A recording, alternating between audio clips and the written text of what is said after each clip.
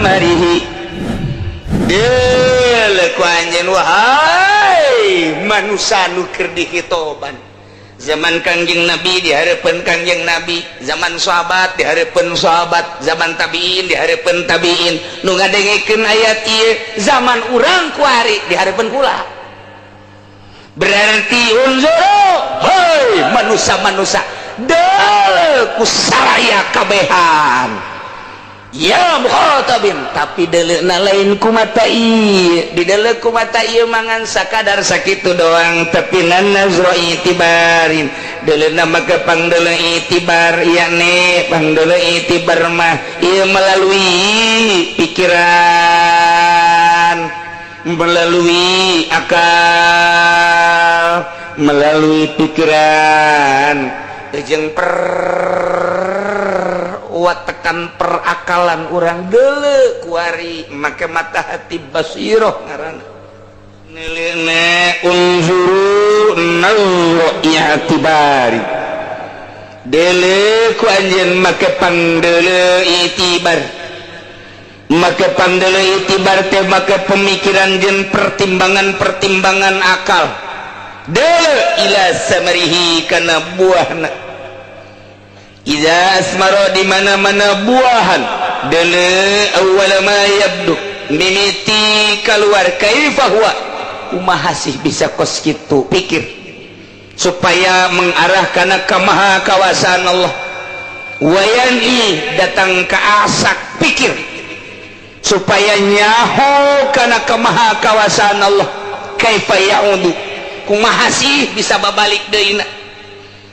Urang kuari neuleu buah atau neuleu cabe jadi kembangan mencenges ngaranna kuari timbul cabe hejo di deuleu ku urang geus ngitung bae kapan mun neuleuna make ieu mah ieu patani teh mangkaning ieu teh aya 1000 baris aya 1000 baris aya 1000 jadi 1000 kali 1000 waduh nyana teh geus kabayang bem mio hiji geus kitu bae tah sebab neuleuna make ieu tapi kuari mah make itibar maha kawasa Gusti Allah tina cai hujan ngajadikeun tanggal cabe jadi subur kemudian kuari jadi kembangan kuari jadi buahan tina buahna anu mimiti leutik kemudian jadi gede jadi kolot tina hejo anu pohara kemudian semur rada hideung kuari kasorot ku panon poe nungguan dek dipanen supaya rada beureum kuari menang 2 poe beureum pisan pikir ku otak tina hejo semu hideung hejo ka mana barang geus semu hideung kuari teh rada bareubeut eta nu semu hideung ka mana barang geus bareubeut kuari beureum eta hejo bareubeut hideung eta ka mana kuari nu aya beureum pikir ku urang Gusti Allah maha kawasa ngaleungitkeun hejo jadi beureum ya Allah ya Rabbi hejo na leungit jadi koneng na leungit jadi beureum nu ngaleungitkeun saha maha kawasa Allah hese ku urang tah lamun urang ngaji makulat bakal kapanggih ge innal makulati ladaihim tusaru fil asyi wa ya'radun wa jawaru lantaran eta mah sifat nempel dina zat nah ieu teh sifat teh bakal na intikal bakal na tagayyur tah eta perubahan dina hiji zat tina hejo kana hideung tina kana beureum deui tah eta sifat-sifat tukos kitu naon ngaranna ngaji makulat jangan mantapkeun tauhid urang ka Gusti Allah lantaran seluruh makulat maujudat mungkirat ngaranna lain Allah innal makulati ladaihim tusaru besi aya nu ngajirim di hareupeun urang Junid maneh geus ibadah bae asana mun dihitung-hitung geus aya 30 tahun berang puasa peting tahajud disertai ku zikir jeung maca Quran maneh geus cicing di gunung bae hayang deket ka aing yeuh aing teh kuari nyaba ka maneh aing teh pangeran bu nyaba pangeran tah di mana meureun tah pangeran nyaba ka dinya mampir heula sakedeung meureun ditanya pan ku Junid naik naon pangeran naik mio besi aya tadi lain pangeran nu ngaran kadenge sorana berarti eta lain pangeran nu kadeuleu jirimna lain pangeran cenah ieu cahaya 1 juta kali cahaya lain pangeran maujudat mungkinat kama lain mawujud anu wajib Kok bisa kos gitu? Allah mah mukhalafah lil hawadis. Besi aya gertek-gertek Allah mah kos kitu bentukna setan. Besi aya gerentes-gerentes kos kitu cahaya Allah setan. Besi aya anu ngabisikan ta ieu mah Gusti Allah jurig sia. Lain makulat mah innal makulati ladaihim tusaru fil asli wa hiya aradun wa jauharu. Ngan sakadar dua mun teu arad johar. Engke kadituna johar teh aya johar pirid aya johar murokab. Wah panjang caritana asana kolot mun ngaji kadinya kaburu modal puyeng teh ngaji kitu mah eta jang huatan tauhid teh kos kitu masyaallah. Eueuh jang ojak eueuh jang mimpar eueuh jang inkar eueuh jang teu percaya ka Gusti Allah bahwa Gusti Allah maha soni maha khaliq maha sampurna sonikna jeung khaliqna maha sampurna kekawasan Allah subhanahu wa ta'ala. Geus digalilan ku kahiji kadua katilu kaopat kalima kuari tapi geninganan pada buktina di dunia kuari loba anu inkar teu percaya karena kapangeranan Allah subhanahu wa ta'ala. Lain jelema bodoh deui nu teu percaya. Jelema palalinter gelar doktor gelar profesor gelar-gelar bangsa DRS dan lain sebagainya nyana otakna teu dibukakeun ku Gusti Allah kapinteranana jang minteran doang aneangan jang pitayeun doang henteu bae nyana percaya karena sabada maut teu percaya alam nu itu. Tapi urang masa kieu bodoh urang masa kieu tapi alhamdulillah dibukakeun hijab ku Gusti Allah percaya sia alhamdulillahirabbil alamin. Mahal ta hidayah tengah duh mahal jasa ieu urang lamun teu iman ka Allah deuk nanaonan coba diuk di dieu deuk nanaonan lamun teu iman ka Gusti Allah ieu teh tanda iman ka Gusti Allah diuk geus di dieu sanajan ai keur boga duit mah tetep ke puncak bae ieu mah memang sesa puncak bae mah teu baroga duit nu kabingungan darak ngaji anu dicarekan kuno kolot ngaji nenangkeun pikiran nu kreditan teu kabayar ngaji kos kitu bae duit salon lurah eleh ngaji nu menang mah teu menjadi DPR terjadi ngaji terus itu jadi ya berarti rombongan sakit hati. Ya Allah gak aja orang sakit hati geja haji orang pelampiasan ngaji jadi berarti atuh wario bagusan wareleh bagusan nu eleh calon lurah nu menang mah teu ngaji nu eleh ngaji mending nu eleh salamet berarti kreditan keur maju mah teu ngaji-ngaji barang teu kabayar-bayar tereh dicokot ku dealer ngaji maning cokot habek geus beres pokona kuari cari kanan bae kuno kolot ngaji maning terus mun nyaho kula kanu kolot carekan terus abe ngaji terus tuh duit tegap-legap ngaji giliran buka duit BBB jaga babaturan minggu ini mau ngaji juga enon meeting segala meeting iya dalil kalimah ya Gusti Allah nggak jelaskan dalil ke maha kawasan Allah maha sempurna kekawasan Allah Allah teh maha pencipta Allah teh anu ngabogaan nu bantak dijelaskan ku Gusti Allah timimiti innallaha falikul habbi wan nawa sisikian nang Allah subuh waktu subuh nang Allah falikul isbah kemudian kitu urang menang Allah asal ti hiji manusia Adam wali berayak bualaya maha kawasa Gusti Allah wari wa huwa alladzi Gusti Allah ta alladzi zat anzala nurunkeun minas samai ti langit ma'an cai nu turun di langit mah cai hujan berarti nu nurunkeun hujan teh Gusti Allah.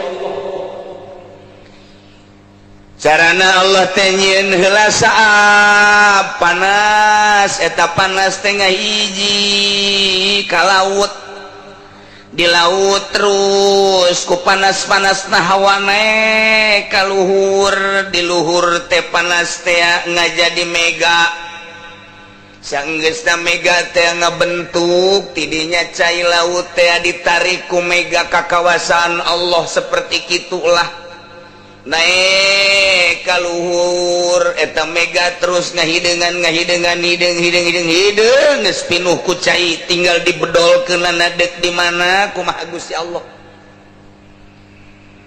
Urang lamun wauh jeung mega mah mega sini dong kecuali Megawati eta ge urang digupai ku Megawati asal kamu kesini melalui tanduk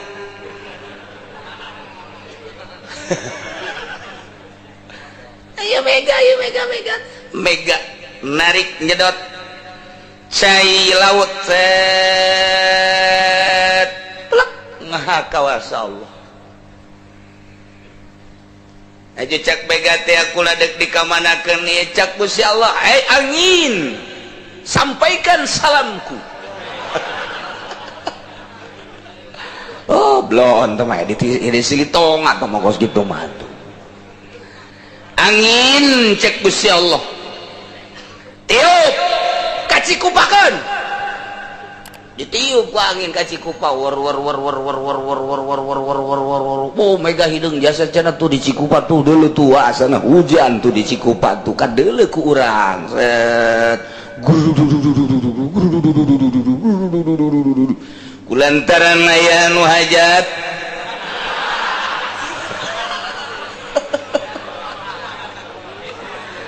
ayo didinya aya anu ngayun-ngayun botol aya anu ngabalikeun sempak rangda uyah di kaluhur-luhur kentengkeun bolon cek nya anu kos kitu teh cenah nyarang hujan emang na wauheun nya jeung mega ulah percaya sia kana kos kitu ulah kecuali doa para wali-wali Allah mah bisa nyana mah ngadoa modal kos gitu Gusti di Cikupa teh aya dulur abdi deuk hajat karunya modalna meunang nginjem ti dulurna lamun aju dihujadan ku Gusti boro-boro nu jauh nu deukeut geus teu daratang sebabnya nama can boga gaya daya tarik. Aya adu batur geus boga daya tarik bate kehalangan ku hujan aya nya mun dihujanan Gusti atuh mantakan moal anu dararatang eureun hajat engke nya ribut jeung pamajikanana panganten gengke bisa kasinggung acak-acakan abdi mah Gusti ieu mah supaya talalentrem hirupna supaya ulah ribut eta mega supaya dipindahkeun ka ditu ka Solo Jawa amat cak Gusti pindahkeun ka Belaraja di Belaraja ge anu hajat deui di kareun cekebo ge anu hajat deui ka Korelet di Korelet ge anu hajat deui ka Bitung di Bitung ge sarua geus ka ditu ka Solo wae ka ditu ngahujanan batik ris dipindahkeun set bisa kos kitu atuh bisa kakula ge bisa asal mere sapi hiji mah gedean hutang burung itu gecan pugu aju merek kula wah emang acak-acakan emang dukun kendi mah kos gitu nah kecuali doa solihin doa para wali bisa jadiana batu iya awak teh geus Allah mentak cek Allah teh oh yang dipindah ke pindah mantak kadang-kadang sekelilingna hujan didinya mantep eta mah kos kitu bisa dijieun deui hujan teh maksud dijieun teh dipenta ka Gusti Allah aya tatangga hajat bajidoran orkes aya jaipongan aya golek aya mending mun ramen teu dalangna teu bisaeun gandeng doang nang ningnong wah macem-macem sial ajunya nang tangan dari kak kiai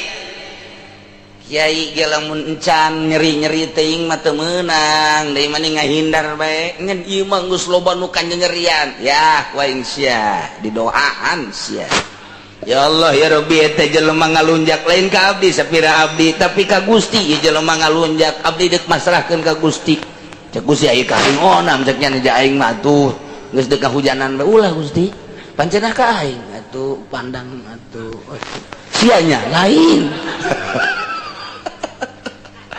ya mah supaya lah karasaeun bae geus kunyana Gusti hujanan bisa saang sakitu cangna gelug wah di hujanan budak ka kawasan Allah sebab nu nurunkeun hujanna Gusti Allah kumaha Allah bae aya ge urang nu geus wauh jeung Allah makrifat ngaranna menta ka Gusti Allah. Nah, ieu mah kasimpulanna mah nu nurunkeun hujan adalah Gusti Allah Subhanahu wa ta'ala. Maha kawasa Allah tuh. Jalain jenderal nu nurunkeun hujan mah lain RI 1 nu nurunkeun hujan mah. Jalain kapten nu nurunkeun hujan mah lain letkol nu nurunkeun hujan mah. Oh, mo RT mah becus naon supir RT. Digaji henteu naon henteu di neraka pengap-ngapan nya. Rugi jasa aja hidup jadi RT mah tuh. Gaji henteu naon teu di akhirat pamarentahnya na. Tapi lamun RT di hese urang ge asal niat ibadah bete tenang teh wah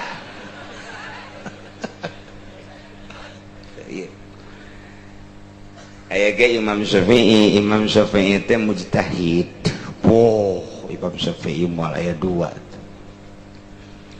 tapi Imam Syafi'i pas ngaijtihad hiji masalah puyengnya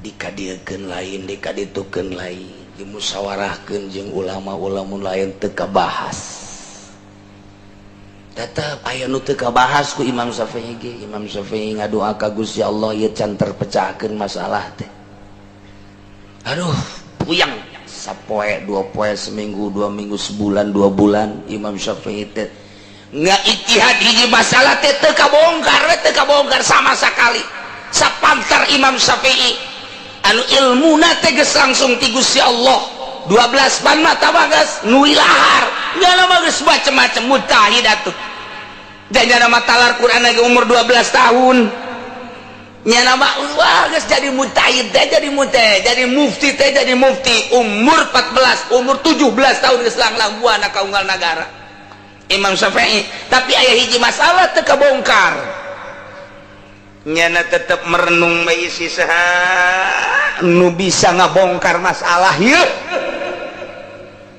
di negara Baghdad saat eta aya hiji jelema ngangon embe ngaranna Syaiban ngangon embe tanyana mah ngangon embe asal isuk-isuk ka gunung kaleuweung zohirna seperti kitu sore-sore balik ngagiringkeun embe zohirna sehari-hari seperti kitu teu cacampuran jeung masyarakat teu tacam komo jeung pamarentah mah nya nama alergi jeung pamarentah jeung sia mah ngangon bae zohirna seperti kitu horenganan nya nama nyalametkeun agama ibadah di leuweung teh embe mah embe bae cang horeng maksudna lain embe teuing ibadah ka Gusti Allah zikir horeng nyana waliyun min auliyaillah wali mantak sing ade bisa nu ngongon bae di lembur iya kayahoan kawalianna satu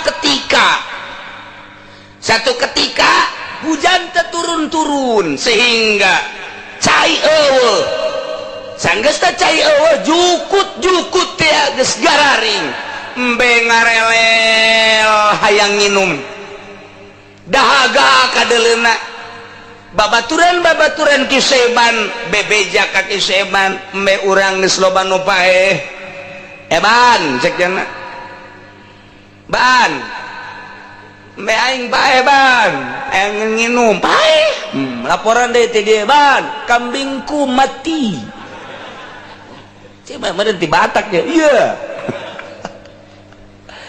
nah iyalah loba nu laporan akhirnya nyana ngadoa nyana mah ngadoa henteu langsung kieu bae dilihat mana sih Mega jagena ya itu ditunjuk ke nyana Mega ka dieu heula sagede kok Mega cepet hujanan ya embe ya parareh ya langsung itu buak hujan Masya Allah eta Kisaiban luar biasa geus loba tah hujan laporan deui ulah loba teuing atuh sakian Mega geus cukup rat geus geus ka ditu deui sia ka ditu eta Kisaiban bisa kos kitu eta ya Allah ya Rabbi sekali geus selang sababaraha poe deui terjadilah seperti kitu deui minta deui ka Kisaiban terjadilah seperti kitu deui akhirna kadengekeun kan kagorengan tetep kadengekeun kabagusan tetep kadengekeun mae kajen ku kumaha ge nu aya di benak hati urang kajen teuing ku urang dipendem teu pernah ngomong-ngomong kamaripatan bakal timbul sarua bae kahasudan ge bakal timbul bae kajen teuing ti tubuh kiai ti dada kiai ti dada ustad komo dadah lurah mah parantina tah mah kos kitu mah komo dadah bangsa pamarentah mah geus parantina hasud teh paranti tah mah nya nama mun teu hasud teh lain pamarentah boh kitu amat ki emang parantina nya nama geus kos kitu nu bener ki emang kos kitu kiai abdi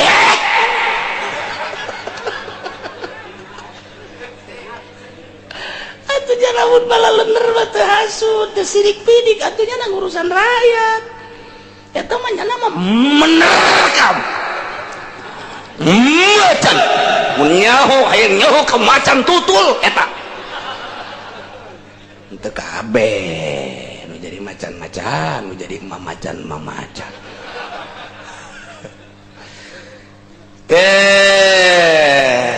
kadenge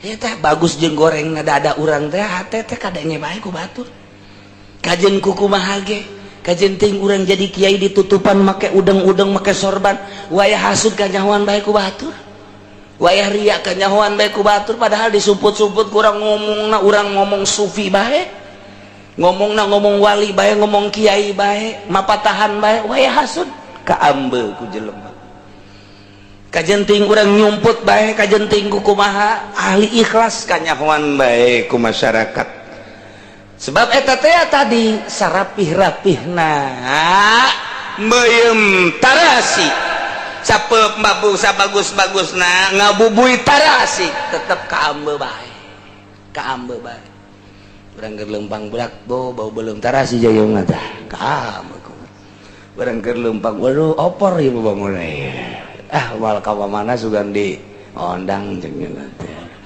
tolol teh budak ngambe doang aduh teh kadengekeun Kisaiban teh seperti eta bahkan satu ketika terjadi tanpa nurunkeun hujan bebeja kabeh babaturan ngangon-ngangona bahwa ieu embe urang geus kalantih kuari kurang jukut di Bagdad saat eta Kisaiban ulah gandeng-gandeng bareng jukut hejo sia bedak usararejo geus sararejo embe dikadijakeun kabeh boh urang mun ngangon jeung Kisaiban mantep urang mah mantep urang Imam Syafi'i ngadenge bahwa Kisaiban seperti eta saat eta cek Imam Syafi'i di jalan aing dek datang ka manehanana Imam Syafi'i ti kota kaleuweung manggihan Kisaiban diuk di hareupeun Kisaiban persis sakumaha budak leutik sakola di hareupeun guruna tungkul sieun ka guru persis seperti eta titah naon bae ku guru daek sagede Imam Syafi'i anu geus kacelun kaun-aun kakoncara kabeja kaunggal negara kaistimewaan Imam Syafi'i di hareupeun Kisaiban budak angon tungkul diuk simpulnya teh menta dijelaskan tentang ijtihadnya kitu batur mah Padahal Imam Syafi'i hebat, tapi kisah hebat budak amat cumblang campling kadeulana ge teu salat. Tapi cek Imam Syafi'i kajen ku kumaha ge wali Allah ieu. Datangnya na ka leuweung, sasalaman, dicium, diuk rapih. Urang mah sia tuh ka ditu ngaji, saksa kasihan. Budak kamari. Kolotan aing atuh jeung nya nama. Je emang ngadu umur. Atuh ngadahar uyah na ge heula aing, leg-leg ku sia uyah. Modar-modar sia ngadahar uyah. Eta urang mah aya bahasa kos kitu, teu tawadu. Ya Allah, ya Rabbi. Je Imam Syafi'i tingali. Aya naon PI cek nya teh. Kitu mah. Kisah hebat teh kira-kira. Heran pe kira teh. Ieu ngaja we abdi ka dieu aya hiji masalah. Oh, nu keur ijtihad teh arti. Demen teh ke ulah ngagugulung ilmu fikih bae. Kos kitu tah mah ilmu fikih. Nah, caknya na teh jang urusan masyarakat ai sorangan teu ka urusan ilmu sampah tah mah kos kitu mah PI. Aduh, cek Imam Syafi'i aing jadi kos kieu ye. Batur bae di urusan ai sia hubungan jeung Allah geus datang ka mana. Gedeng-gedeng itihad, gedeng-gedeng itihad datang ka modar siapa kos kitu bae. Ai sia can beres-beres hubungan jeung Allah, salat teu daek khusyuk, dicarekan. Dicarekan tak ku saya bantu. Hampura aja dia. Ibadah nu bener. Tah geus kanyahoan kaluhuranna ki saya bantu.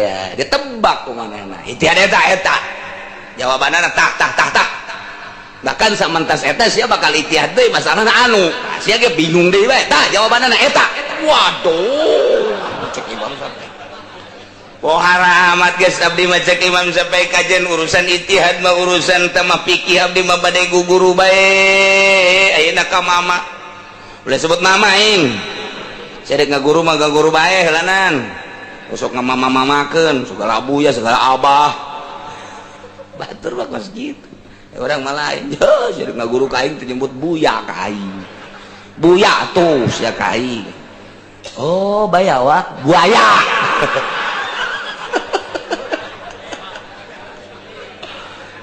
Masya Allah, Imam Syafi'i ngaguru batin kaki syaiban, ninggalkan urusan ijtihad heula. Dititah curug ku curug ki syaiban budak angon, anu.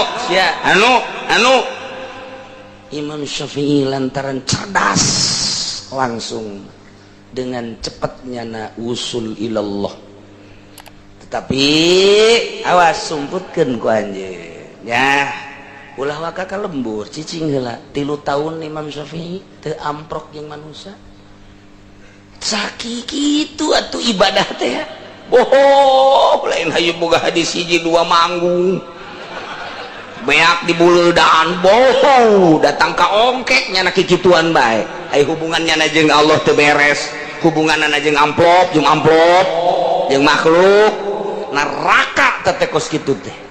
Lain cakula cek Imam Ghazali jelema nu ngagugulung pikih bae halikun geura paeh coba karasa ujianna neraka teh kos kitu lantaran adigung aya di ahli pikih sombong aya di ahli pikih takabur aya di ahli pikih ngadu masalah malulu ahli pikih mah bisa naon si sia yo japul jawabe di kumis aing ya patul muin di bulu bitis sama kos kitu mah sapi nama irung tah di dieu hayo ngadu jeung aing kitu bae ahli fikih mah kitu bae ahli fikih mah oh lu teu kabahas ku ahli fikih mah dibahas kabeh ge NU ngabahas tentang fikih dina bahsul masail geus berbagai wudu salat segala muamalah ubudiyah geus beres kabeh muncul permasalahan bagaimanakah manusia kalau jantungnya rusak kemudian diganti oleh jantung hewan sementara jantung yang akur dengan jantung manusia adalah jantung babi. Bagaimana andai kata manusia jantungnya diganti oleh jantung babi? Diselesai di NU dibahas.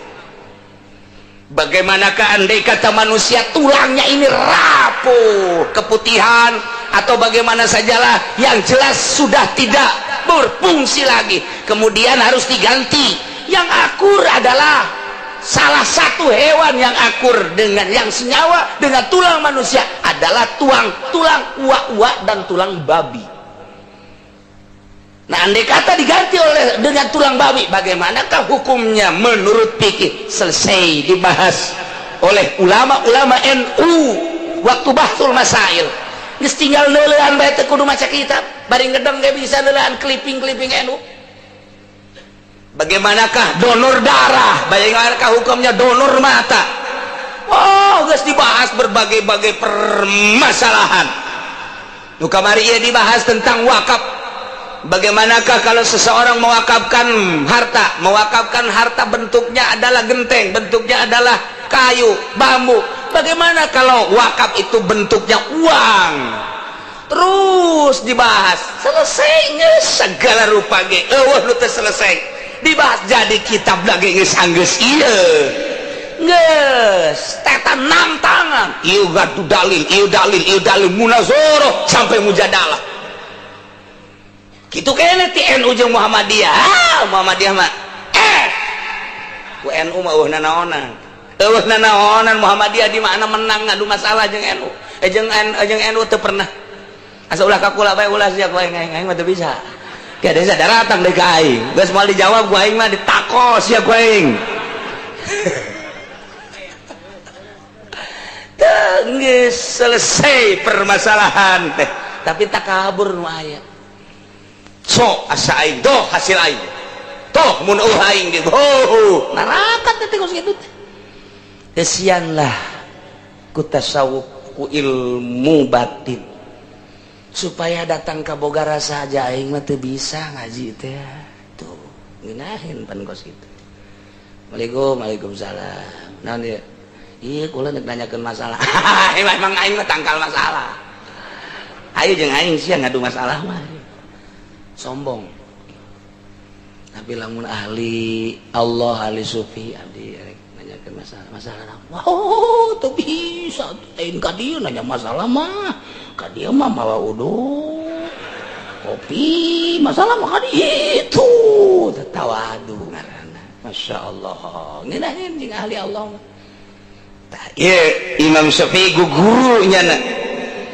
Oh, barang Imam Syafi'i geus usul teh cacak aing teu ngaji ilmu batin cilaka aing di akhirat. Imam Malik sarua bae lau kitu lamun naon kitu ngaranna naon kitu lamun la sanatani lahalakan Nu'man lamun teu aya 2 tahun cilaka Nu'man teh nyana guguru ilmu batin 2 tahun. Lamun cacak aing teu ngaguru ilmu batin neraka aing cek Imam Maliki laula sanatani lahalakan Nu'man. Ngadu masalah bae cek cenah tapi barang teu kaji ilmu batin zikir ka Gusti Allah sejuk 10 masalah nu ditanyakeun dijawab 2 8 deui pikiran bae ku ente. Nanyakeun masalah 20 dijawab 4 anu sabaraha teh sadata 16 pikiran bae ku sia hingga teu kaharti cek cenah. Tawadu. Masyaallah. Teh ieu urang mah nempo teh karomah-karomahna padahal mah loba wali nu teh dibere karomah. Ngan osok dibere jang pangbubungah sakumaha nabi dibere mukjizat. Wali dibere karomah, ketika dibere karomah nyanana mah embungeun ngan kulantaran Allah mere timbul keyakinan anu pohara tambah sakieu teh gitu aing ieu waduh barang hujan jibreg aing karomah berarti kahujanan keneh berarti aing itu lain karomah teh mah biasa bego mun teu kahujanan ka arah insyaallah ya tas dahar jadi sebuah karomah berarti itu blon tuh.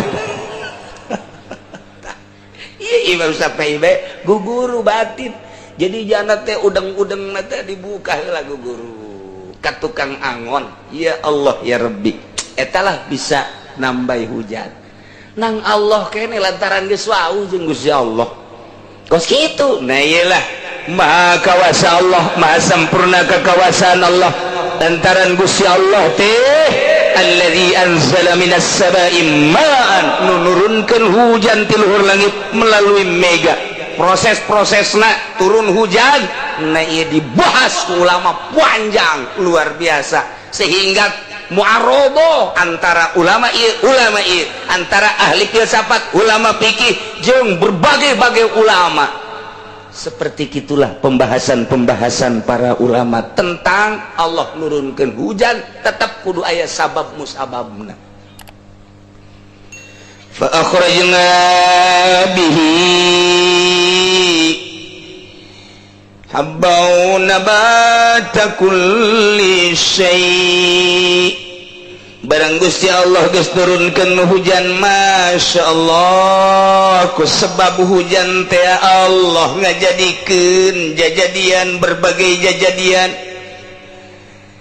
iltifat itu cek ahli bilagah mah lantaran tadi kapan gaib wa huwa Gusti Allah teh allazi anzala minas samai ma kunaon atuh ka dieu lain fa akhrajahu tapi fa akhrajnahu iltifat wal iltifat wa huwal intiqalu min badil asali bi ila badin qomin cek dina johar maknunna jadi ngandung rahasia teh iltifat di dieu tina gaib kuari kana hadir tuh anil gaibah supaya nyongsong fa akhrajna bihi nabata kulli syai' kaulan agung geus ngajadikeun ku sabab hujan tersebut karena berbagai jajadian pare jadi jagong jadi buah jadi geus puguh nu dipelak mah di hujanan jararadi nu teu dipelak kurang jukut jadi teki jadi sagala eceng gondok jararadi sagala wah macem-macem nu kurang dipake ka embung di jararadi bae hejo lemok ku ayeuna hujan teh neule urang ka pegunungan Masya Allah ngemprai mani asana waas atete ku hararejona neule ka belah dieu cai singkolocor di sisi-sisina teh aduh luar biasa eta jajadian geus puguh bangsa taleus mah geus puguh bangsa wah nu kararitu jarara di pohara jasa nang saha eta ngajadikeun Maha kawasa Allah nurunkan hujan tidak hujan jadi breng jajadian ya Allah ya Rabb tidinya fa akhrajna minhu khadira Gusti Allah teh ngajadikeun tina hujan kemudian jajadian teh dijadikeun ku Gusti Allah hejo lemok ya Allah ya Rabbi harejo pohara jasa mantak sehat kana mata mun urang neuleuh hejo-hejo aduh ya Allah ya Rabbi urang neuleuh hejo isuk-isuk Masya Allah mani ngagemblok-gemblok lempangna sehat mata sial sih mah kana kitu bae malah mun urang cek Imam Ghazali urang rada kurang normal mata teh sok gerage hudang urang memeh jam 6 geus puguh subuh ieu teh memeh jam 6 urang hudang deuleukeun eta teh anu hararejo sampaikan ka terbit matahari memeh terbit matahari datang ka terbit matahari sok geura deuleukeun bae cager hujanan sebab didinya teh ngandung zat anu luar biasa geus rahasia Allah bae eta mah sengatan-sengatan matahari nu karak bijil nyorot kada tatangkalan anu hejo anu awas ulah aya polusi didinya teh naon kitu ngaranna angin-anginna atawa kitu oksigenna tadi deuleukeun ku urang polototkeun mata kanu hejo-hejo sapoe dua poe tilu poe oh kabelah dieu teh bray masyaallah ngemprai pada rumah kurang ya mata isuk-isuk memeh jam 6 kira-kira kurang saparapat kira-kira lamun dek terbit matahari na jam 6 berarti ke urang eureun jam 6 lewat seprapat atau setengah 7 atau mun ngaresangeuna teruskeun datang ka jam 7 diu kurang di sisi imah kadituna sawah ngemprai nu kasorot ku panon poe pamajikan mawakeun kopi jeung rokok Ji Samsu di dieu masyaallah maka sesengitan bari mencetan ka urang teh atuh tambah teu kudu neuleuh nu hejo-hejo ge geus senang tamakos kitu mah sehat seger tamakos itu pohara jasa Gusti Allah nurunkan hujan tina hujan ngajadikeun jajadian seluruh jajadian nusok jadi jeung nu ku Allah dikersakeun kemudian tina jajadian eta dijadikeun ku Gusti Allah hejo lemok matak geunaheun kana dedeuleuan mata urang nukhriju minhu habban mutarakiba. Jadilah tatangkalan tina cai hujan tersebut hejo gede rindang. Lamun buah gede, mun jagong jadi gede, kacang jadi gede, pare jadi gede. Timbul tina asal cai hujan subur jadi hararejo kuari kembangan Masya Allah nukhriju minhu ku Gusti Allah dijadikeun tina nu hejo eta sisikian anu ngentep coba ge kurang deuleu kuari kaluar gandrung ngentep sikina teh ti luhur tepikeun ka handap nang saha ngentepkeun lelepare urang bekah kuari eusian plep tungkul buah pare ti luhur tepi ka handap make ngentep meni ngentep itu menang saha ngentepkeun masyaallah berbagai bubuahan keluar anggur ngentep ti luhur tepi ka handap ti luhur rada gede beuki ka dieu rada leutik ka dieu rada ti kacongonat leutik menang saha ngentepkeun kos kitu. Ya Allah ya Rabbi maha kawasa Allah maha sempurna kekawasaan Allah tina hujan ngajadikeun jajadian ya geus jadi jajadian teh kaluar kembang kaluar buah nang ngentep rapih luar biasa ngentepkeun ngarapihkeun nang saha lamun lain nang Gusti Allah yarkabu ba'du ba'dan kasada bilil hintati wa nahwi berbagai tatangkalan anu rindang anu buah nang ngentep rapih maha kawasa Gusti Allah. Bahkan wa minan nakhli min talaihatin wa nundaniyah tina timbul tangkal korma yakni tina kembangna tina mayangna timbulkeun wa nundaniyah aya sintung aya tunas anu darareukeut rapi luar biasa kos kalakai. Urang lamun ningali tangkal korma kemudian kembangan sanggesa kembangan keluar teh eta teh kapan aya tunas di sisi namanya rapi taruhlah mun di urang mah caruluk oke lagi keluar buah caruluk ngarundai ka handap eta teh kapan aya tunas-tunasan atawa kalapa keluar mancungna sanggeus keluar mancungna bekah eta meulahkeun mancungna menang saha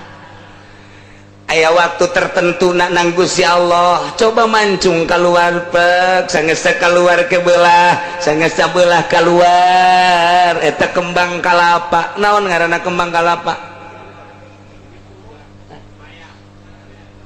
mayang mah bahasa Jawa iku mah wis disebutaken iki mah Sunda opo iku jenengane wede kita ge orang Sunda orang weru ge we sakalina bisa aing mah Jawa mauk aduh iku jenengane opo iku ya wis lah kembang bae lah keluar kembang nayane mayang mata tina kembang kalapa mapan langsung aya setik tunas-tunasan eta teh rahasiana lamun ditanya aya naon eta make jeung aya tunas-tunasan modal kitu langgoko kitu keneh buah korma kitu keneh urang mah teu kahati atuh geus bae dientepkeun rapi teu kudu make pang nu laletik kinuan teh ngaranna tunas-tunas nu laletik. Oh horenganan deuleu dina buahna congokna eta teh aya nu kos jaruman kabeh ge eta nu kos jarum teh horenganan eta teh ngahalangan bangsa hewan-hewan nu neuk ngadahar rahasia Allah besi aya bajing, besi aya segala rupa, besi aya manuk dan lain sebagainya. Ka korma teh, ka kalapa teh, ka ngoko teh, eta ya anu lalancipan kos kitu teh, eta teh ngahalangan tina hewan-hewan rahasia tina bubuhan. Nang saha eta kos kitu teu kudu make satpam, teu kudu make security. Sugan aing mah security naon serem gorenganan lah. Kudu disatpawan manuk segala rupa teh daekeun ka dieu. Ya Allah, rahasia Allah. Tidak tangkal korma jeung sajabana. Kembangna di mana keluar timbul kinwanun. Tunas-tunas leletik seperti dahan dina kembang tersebut. Ya Allah, rangkai-rangkaian, aya tangkai-tangkaian. Ya Allah, maha kawasa Allah. Kalau luar beki gede anu teu mangpaat ku Gusti Allah dikaluarkeun teh diturunkeun ngagedean ngaranna jadi kapol. Eta ngaranan kapol saha? Urang mah nyahona ku ari kapol bae geus. Barang rada ngagedean deui geus aya jerona nu kos leho ngaranna dawegan. Nang saha ngaranan eta dawegan? Kuari jadi kalapa kolot ngaranna barang lewat kakolotan kiring nang saha ngaranan Gusti Allah lagu. Padahal mah dawegan teh bahasa Inggris, dawegan mah bahasa Inggris eta teh gen. Jadi aya orang Belanda kayak aya orang Inggris ka Indonesianya nah hayang kalapa nunjuk dialakeun, begitu dialakeun dipapas. Barang dipapas diinum kunyana, barang diinum nanya eta nu boga kalapa teh enak ye gen ceuk lagi ceuk urang mah deui kadenge kudu ngala kalapa. Oh ieu teh di Inggris mah dawegan padahal mah gen. Urang eta sitot ngobrol nanya jeung urang etek atuh kos kitu tong sakola henteu naon henteu. Jadi tidak Inggris dawegan, kuari ge dawegan wae.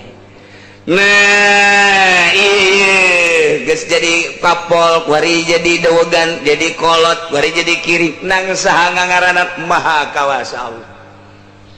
Mata korma teh beda-beda ngaranna korma, beda-beda ngaranna mun urang nyaritakeun tentang korma teh keur mijeunna leutik mah ieu ngaranna dina kitab ge geus dipuat. Dina kitab ge ngan urang aslina kudu nanyakeun ka urang Arab.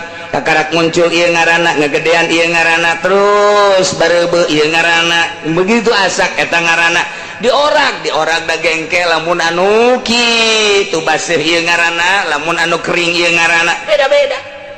Haju ngaran korma ge macem-macem sakumaha buah bae di urang ya. Aya buah itu darmayu, aya buah harum manis, aya buah golek, aya buah daging, aya buah limus, aya buah harum manis, aya buah kitu anu sok dirujak teh ngaon ngaranna kaweni.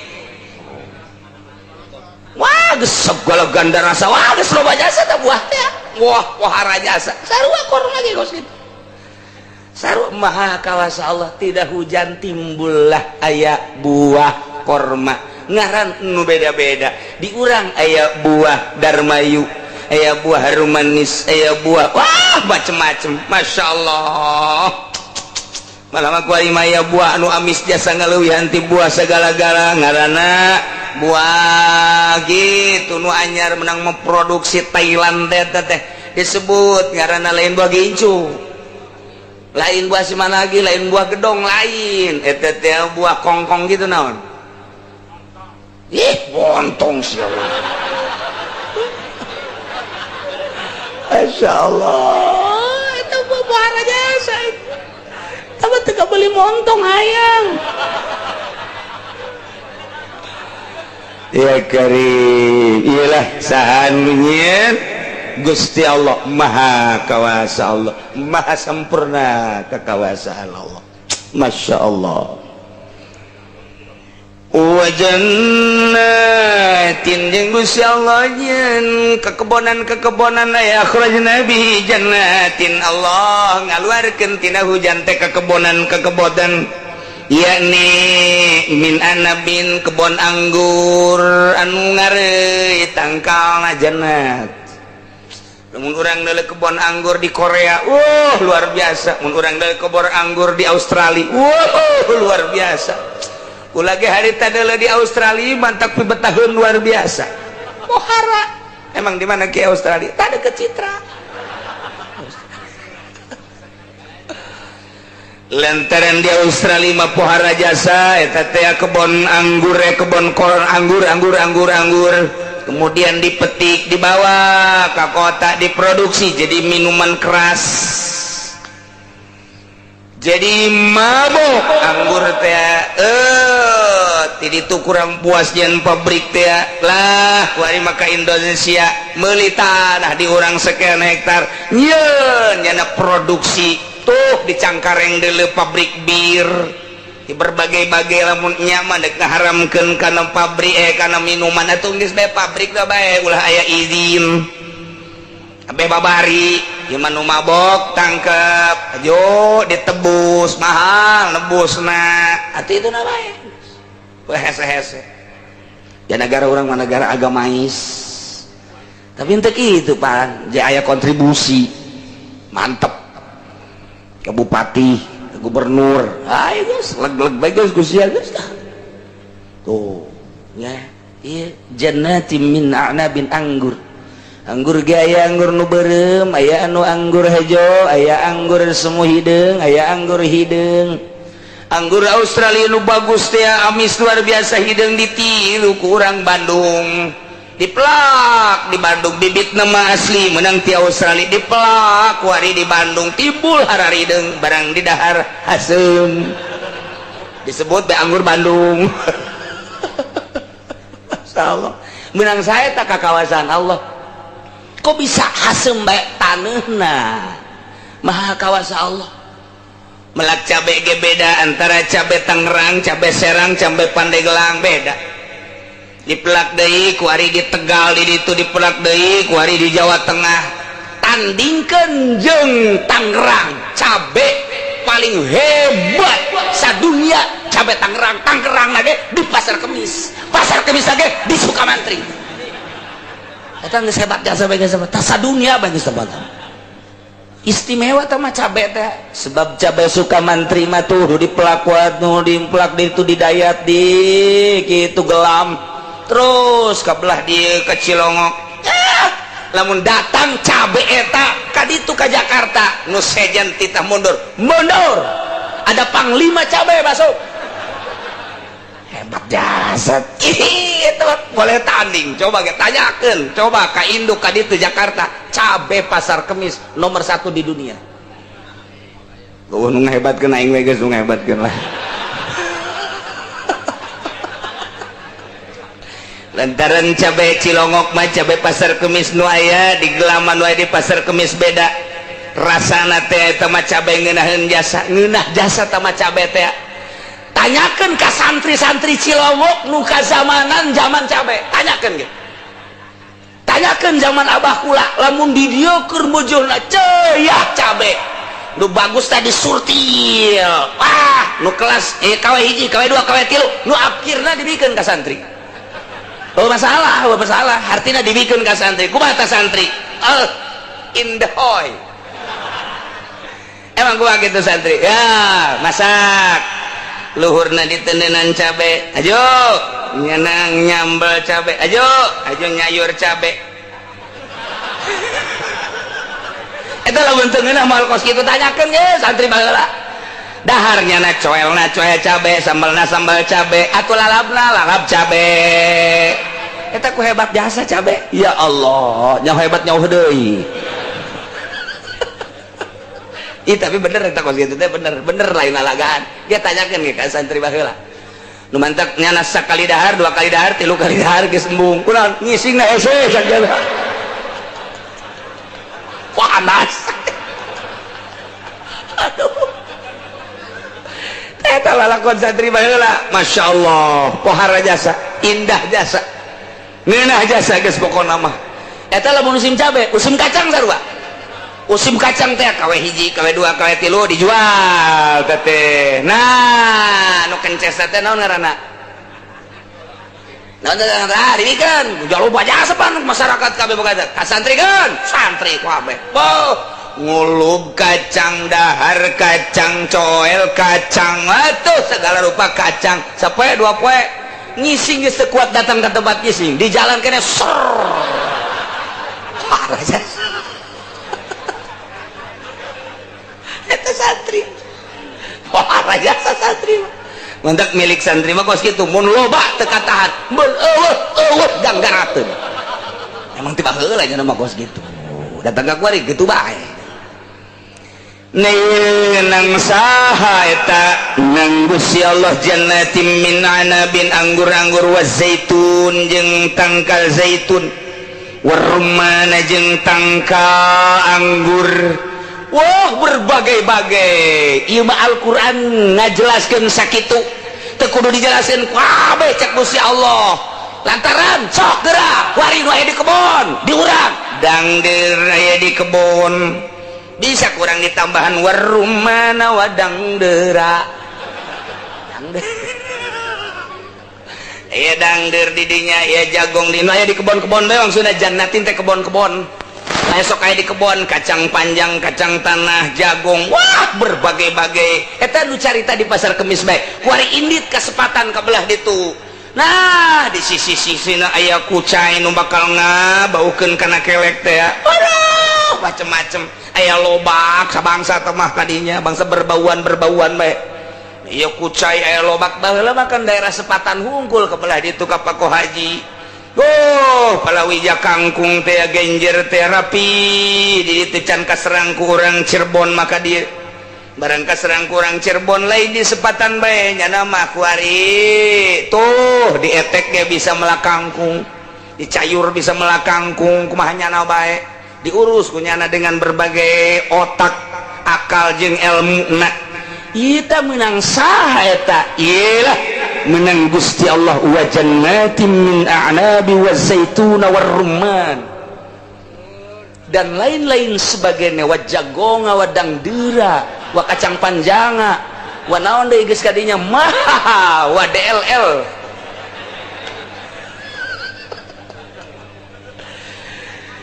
Waduh Gusti Allah maha kawasalam mustabihan wa ghayra mutasyabih bari ejeng sarupa dauna tapi teu sarupa buahna ya Allah urang mun urang ningali tangkal zaitun akurkeun ejeng tangkal dalima tangkalna akur daun lagi akur laletik tapi timbul buah nama beda mustabihan akur sarupa dauna wa ghairu mutasyabih ta akur buahna Masya Allah timbul buah zaitun macel tapi buah dalima mah gelede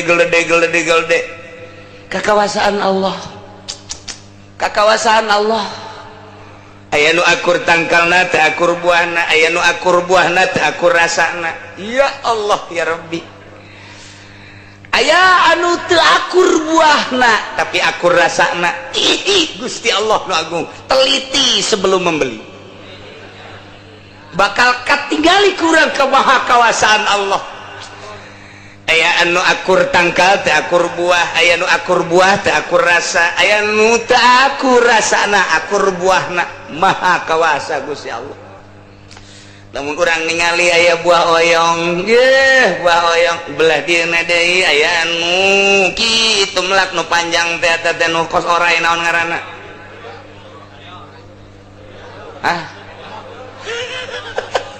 kumaha sia bae atuh aya deui anu sok ditalian di dieu abe panjang beureunan kitu tah. Nah sok ditalian tungtungna abe panjang gitu meureun bobogaan urang ge mun yang panjang mah talian. Aduh macam-macam ya. Gitu. Gusti Allah ragung mustabiha wa ghairu mutasyabih. Ya Allah ya Rabbi maha kawasa Allah. Maha kawasa Allah nu mantak ujung-ujungna unzuru ila samarihi deuleu ku anjeun wahai manusia nu keur dihitoban zaman Kangjeng Nabi di hareupeun Kangjeng Nabi, zaman sahabat di hareupeun sahabat, zaman tabiin di hareupeun tabiin, nu ngadengekeun ayat ieu zaman urang kuari di hareupeun kula. Berarti unzuru hei manusia-manusia deuleu ku saraya kabehan. Ya mukhatabin, tapi deleuna lain ku mata ieu, di deuleu ku mata ieu mangan sakadar sakitu doang, tapi nazra itibarin, deleuna maka pangdeuleu itibar, yakni pangdeuleu itibar mah ieu melalui pikiran, melalui akal, melalui pikiran, jeung tekan perakalan orang deuleu kuari make mata hati basiroh ngaranna. Ai di deuleu nangan sakadar make nu ieu doang mah urang neuleu tangkal kacang geus di deuleu gede tuh kuari geus kembangan kadeuleu ngan ku ieu doang kuari geus buahan tuh tereh diala kadeuleu kuari geus rada siap diala geus siapan di imah urang nyambal. Emang kurang gitu, tuh kacang panjang, wah pasti amis jasa. Lamun neuleuna make ieu doang, kasambel datang. Kasambel doang datang.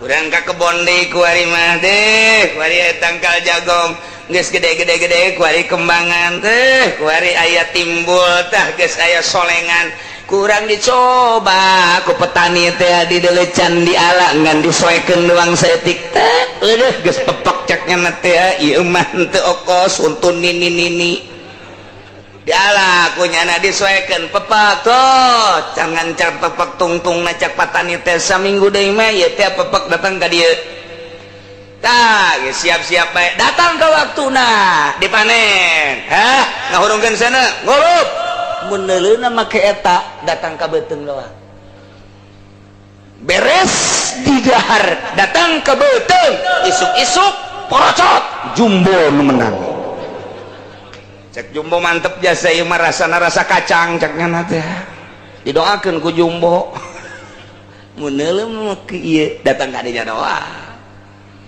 tapi neuleuna unzuru nazra i'tibari deuleu ku anjeun make pangdeuleu itibar, make pangdeuleu itibar teh make pemikiran jeung pertimbangan-pertimbangan akal deuleu ila samarihi kana buahna iza asmara di mana-mana buahan deuleu awwal ma yabdu mimiti keluar kaifa huwa kumaha sih bisa kos kitu pikir supaya mengarah kana ka maha kawasan Allah wayani datang ke asak pikir supaya nyaho kana ka maha kawasan Allah kaifa yaudu kumaha sih bisa babalik deuna urang kuari neuleuh buah atau neuleuh cabe jadi kembangan mencenges ngaranna kuari timbul cabe hejo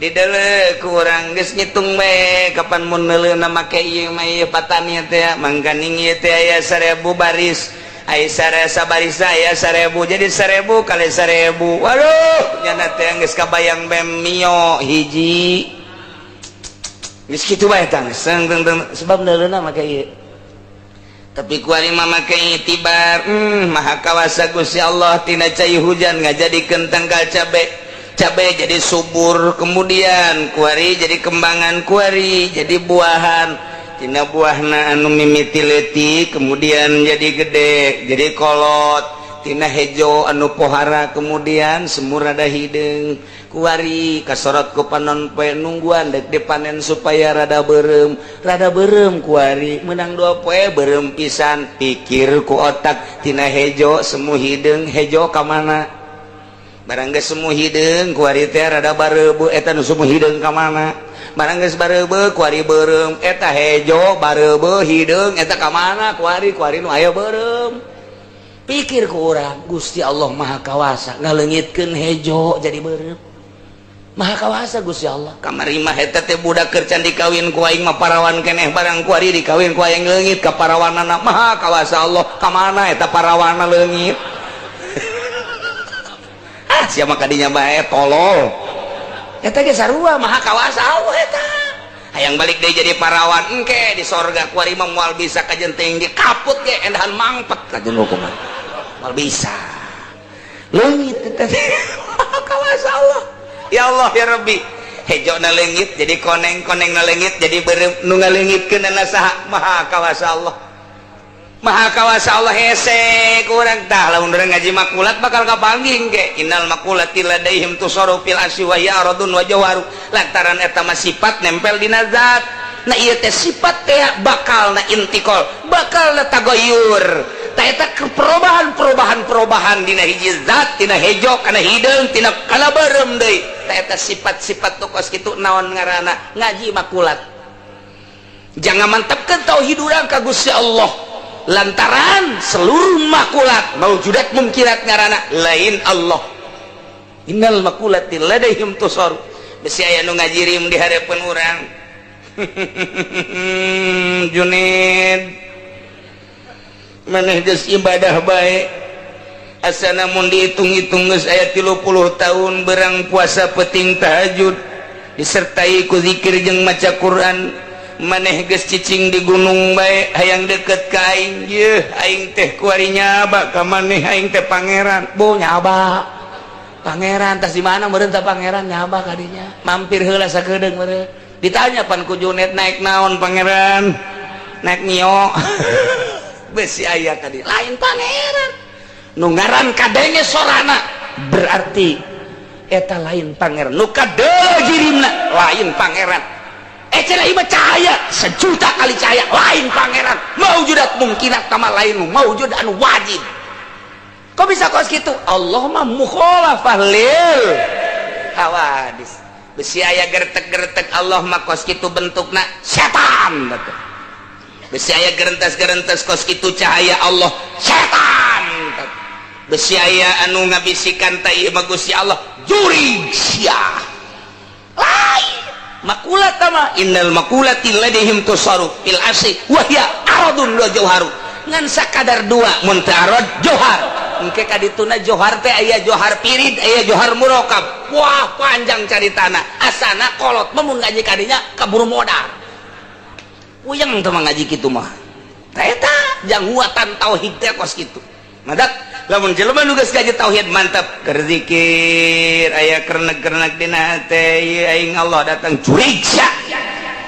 Si urang keur zikir aya cahaya aing Allah ya boron sia ya Allah ngajirim. Besi aya sora tah nu mantap lamun anu tapa teu kurang ilmu tapa dihandapeun tangkal caringin. Kan serem tanggal caringin. Entah kulah coba-coba dihandapeun tangkal beringin serem. Loba kiai anu dileg-leg ku caringin ingat ada serem teh tapa di dinya teh pentingna datang.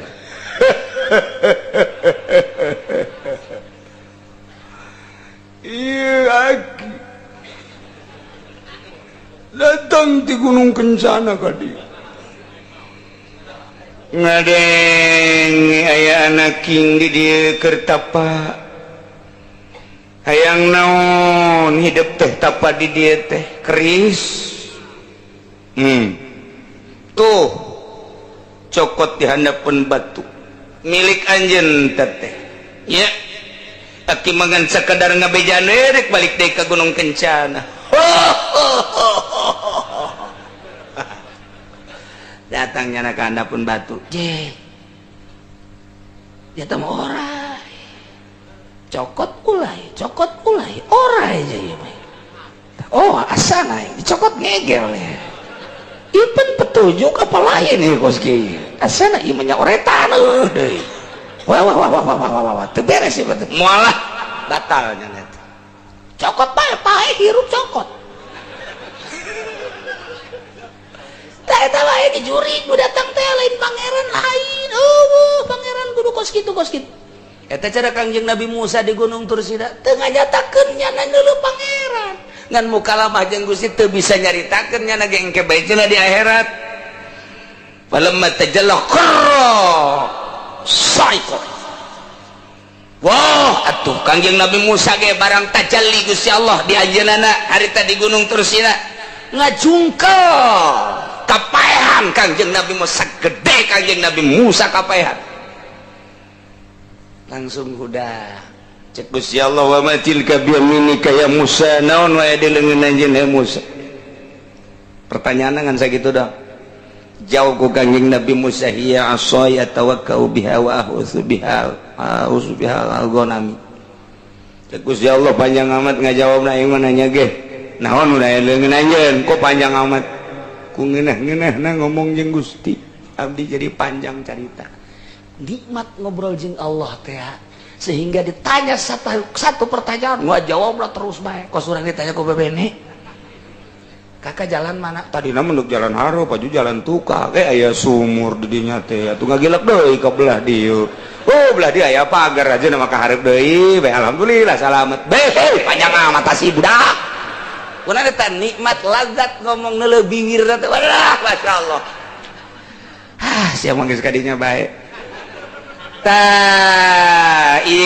Coba dele buahna di mana buahan kubata kejadian kos seperti eta geus aya jadi eueuh letik jadi gede ketika ngora teu meunang dijual maka aturan-aturan tertentu sebelum gudu-gudu wisolah teh teu meunang dijual rambutan teh teu meunang diborongkeun ketika encan budu wisolah mah mangkaning urang curug ka ditu makon kusok ngaborong-borongkeun rambutan memeh asak.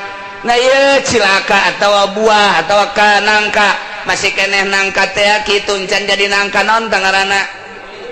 Nah eta teh geus diborongkeun teh tah aju diantep bae di dinya tarima can budu wisolah jauh kakarake kala luar dong geus diborongkeun teu beunang teh kos kitu teh lamun dek dijual ngora-ngora tebang ala rambutan ngora kedeh geus diborongkeun gas cokot geus begitu beuki los dulu kitu atuh ieu mah lain teh kan boga aturan-aturan tersendiri nilah makin nazru i'tibarin jangwatan keyakinan urang sehingga blak maha kawasa Gusti Allah subhanahu wa ta'ala. Inna fi dzalikum laayatin liqaumin yu'minun. Saenyana eta kabeh nu dicaritakeun teh merupakan merupakan kitu naon ngaranna sebagai ayat-ayat sebagai dalil-dalil kana qudratihi kawasa Gusti kamaha kawasana Gusti Allah subhanahu wa ta'ala. Berarti nimbulkeun tina cai jadi tangkal sehingga buahan sanggeusna buahan bakal garing ke hujan deui jadi deui engke buahan deui ke diala ke garing deui ke buahan eta teh nandakeun Allah maha kawasa kuari ngayakeun urang engke paeh engke dihudangkeun deui tah supaya sadar-sadarna kuari urang teh eueuh ka aya sanggeus saya kuari urang teh dihirupan ku Gusti Allah diatur ku Gusti Allah sanggeus sangke datang ka waktuna urang paeh ke kabeh para raeh engke bakal teh jadilah kiamat sanggeus kiamat bakal urang digiring dibaas dihudangkeun deui maha kawasa Allah deuleuh tatangkalan tina hiji cai tina cai nyebrot jadi buahan garing jadi deui atuh manusia ge kitu bae kitulah inna fi dzalikum kabeh eta teh laayatin merupakan suatu ayat dalil tapi dalil sote liqaumi yu'minun pikeun kaum anu iman urang mah geus iman ka Gusti Allah ketika dibere penjelasan kos kitu teh oh jaheuh Allah maha kawasa ngajadikeun hiji tangkal engke paeh engke jadi deui atuh urang geus sarua bae ku hari hirup engke paeh engke bakal timbul deui maha kawasa Allah emang urang mah geus iman sampaikeun coba ka Kristen sampaikeun coba ka Katolik sampaikeun coba ka Protestan sampaikeun coba ka Yahudi sampaikeun coba ka Buddha sampaikeun jeuh ke berbagai agama-agama kafir coba narima tante nya urang mah geus tarima alhamdulillahirabbil berarti kuncina tina iman melalui iman orang bakal ngeunaheun ngadenge uraian-uraian ka maha kawasaan Gusti Allah subhanahu wa ta'ala mudah-mudahan orang kabehan ditebelkeun iman, dikuatkan iman, ditetapkan Islam, dikuatkan Islam sehingga orang menang ridho Allah Subhanahu wa taala di akhirat. Orang babarengan jeung Kangjeng Nabi orang, Kangjeng Nabi Muhammad sallallahu alaihi wasallam. Wallahu a'lam.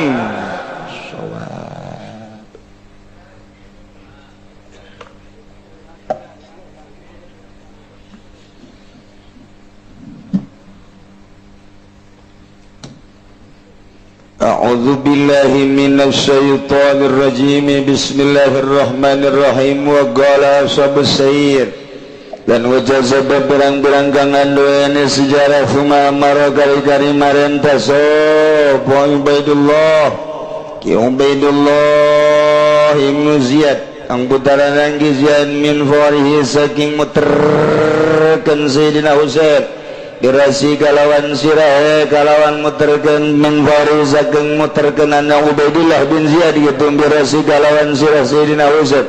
Ada yang coba malah-malah dan jagakan ya gitu malah-malah yun coba malah-malah dan jenengaken ya Husain atau ya Rasul birihing dalam angin mau maka nyari kanan ya Ubaidullah maka nyari kanan ya gitu pada mau maka nyari kanan ya Ubaidullah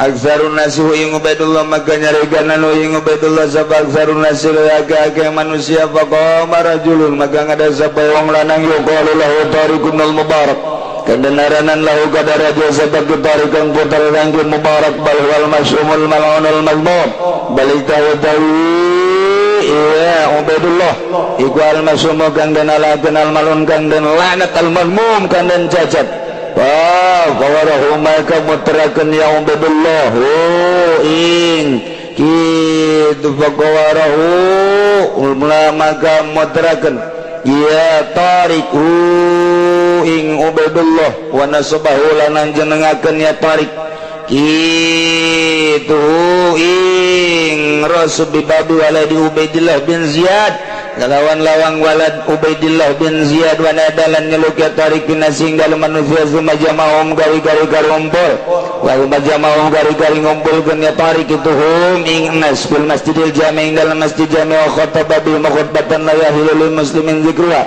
lan dituturan ya tarik bihim kalawan nas ing khutbah dan orang halal kadang kang masih mabazikruha nutara khutbah sumada'a gari-gari nyeluk ya tarik bi Ziyad ibn Jarril al-Jubi kalawan Ziyad kang putanggi Jari al-Jubi pasallama ilaihi maka masakannya tarik ilaihi maring Ziyad Rasul Husain ing Ziyad Husain urul sayakhwani wa urul sayakhwatuhu lan berang-berang sira berang-berang diri Husain wa banilan berang anak Husain wa labaitu lan ahli umah Husain wa sabaran berang sahabat Husain wa da'a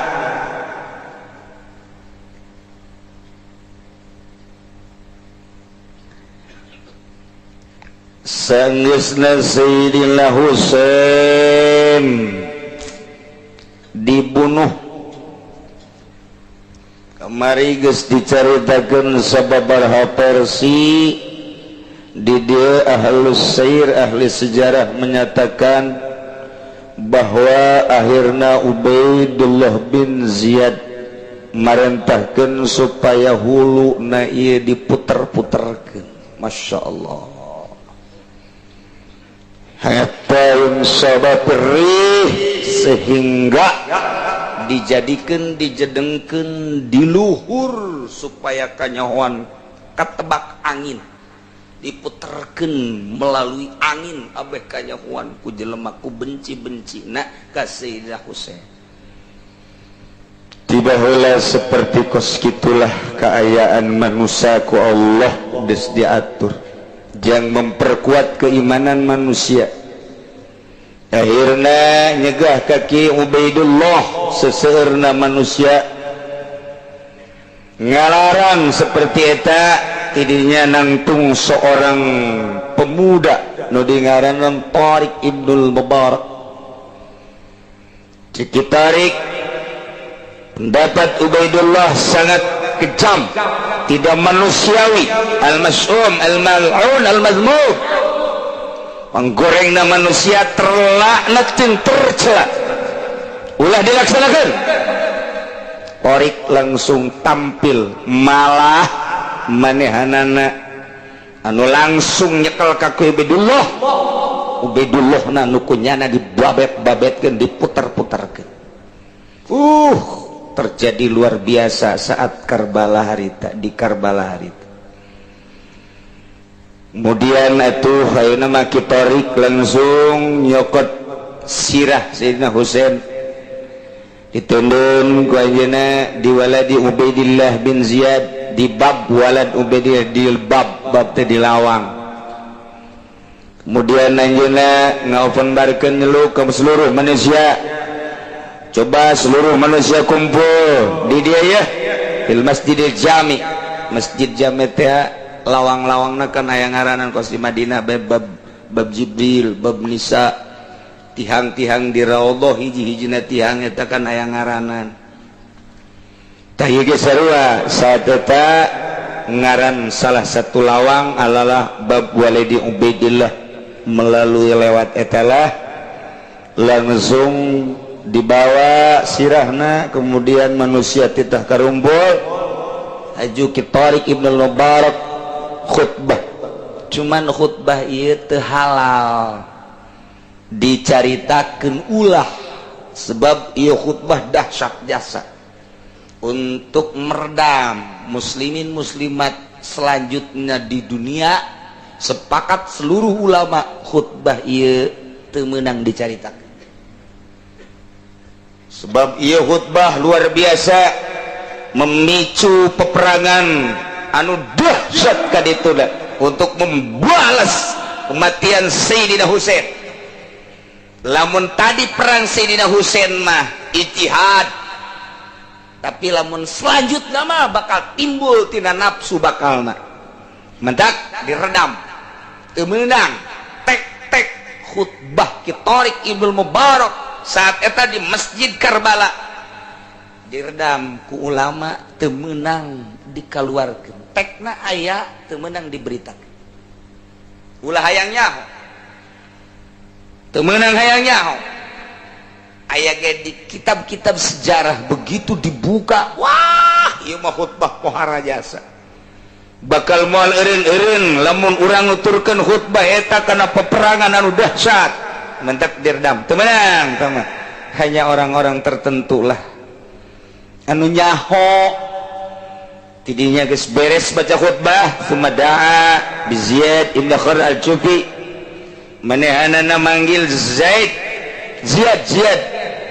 Kemudian dipasrahkeun ieu sirahna Sayyidina Husain, sirah Sayyidina Husain, sirah dulur-dulurna, sirah anak-anakna jeung ahli bait jumlah 70 kabeh jeung sahabat-sahabatna.